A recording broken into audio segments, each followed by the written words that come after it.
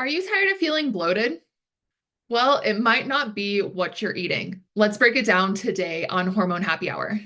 So, to begin, let me tell you the story of one of my clients. She came to me feeling terrible. She was always bloated 24/7. It first started where she'd get bloated in the afternoon, was uncomfortable, felt like she had to unbutton her pants.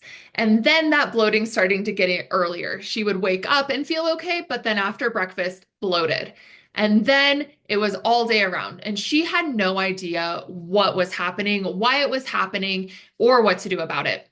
She tried everything from doing colonics to eliminating foods to taking supplements to anything you could think of. She had tried it and she was frustrated.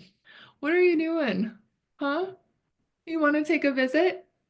Are you visiting everyone? So I've experienced bloating as well. It is not fun at all. This picture is from about an hour apart. Before was my workout and then after my workout. So I'm very familiar with bloating and how uncomfortable it is, especially when you just want to run home, tear off your pants and have nothing touching your midsection, or you feel like everyone is just staring at you and judging your midsection and your bloating. With my client, when we started diving into what was going on, I realized her bloating wasn't caused necessarily by what she was eating, it was caused by stress. And stress can break down your gut lining, causing more GI issues, including bloating. Because she had a lot of unmanaged stress, her bloating just kept getting worse and worse and worse.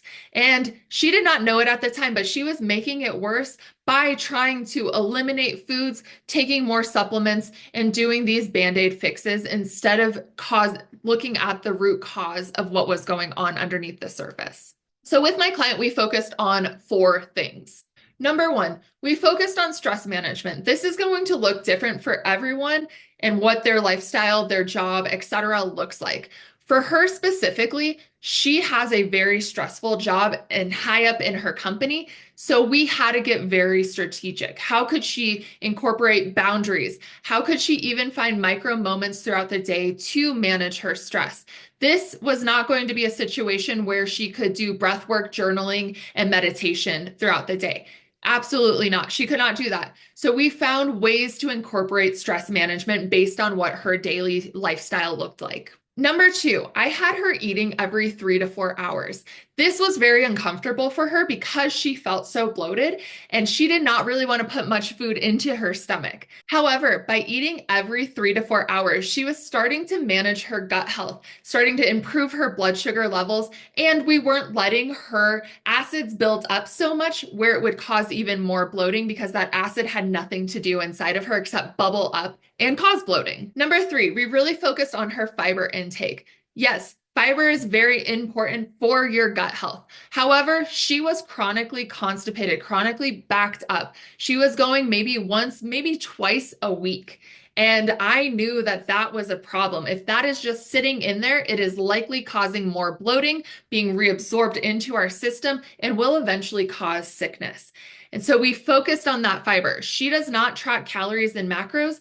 And what we did was we went into every single meal and made sure that she was getting some type of big fiber source to make sure her gut health was improved. And then she started going more frequently and started decreasing the bloating. And finally, number four, we focused on light movement. Because her stress levels were so high, I did not want her going out and doing high intensity movements, even if that would have caused some endorphins to rise and make her feel amazing. But I knew that that would impact her stress levels negatively. So we focused on that light movement. While it was still winter out, we focused more on stretching at home or what she could do in the office. Could she walk around the office? Instead of calling somebody, could she walk to their desk, etc.? We really focused on these easy ways for her to get more movement in. When she got home, she would focus on stretching, a small yoga routine, something just very easy, like 5, 10 minutes just to get her going. As it was getting nicer out, she was able to get outside more often with her dog, maybe even walking to lunch instead of walking to the dining hall at her work. And so this light movement was easily shuffled into her already busy schedule where it wouldn't cause more stress onto her.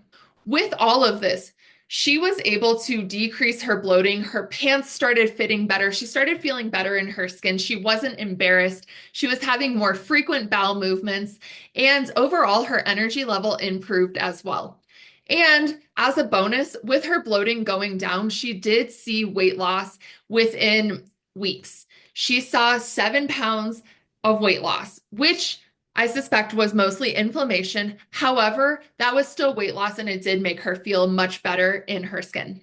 So let me know in the comments, are you somebody who also struggles with bloating? If so, just know you are not alone. I've been there, my client has been there, and you can easily change it with just a few lifestyle techniques. It might not even be eliminating some of your favorite foods.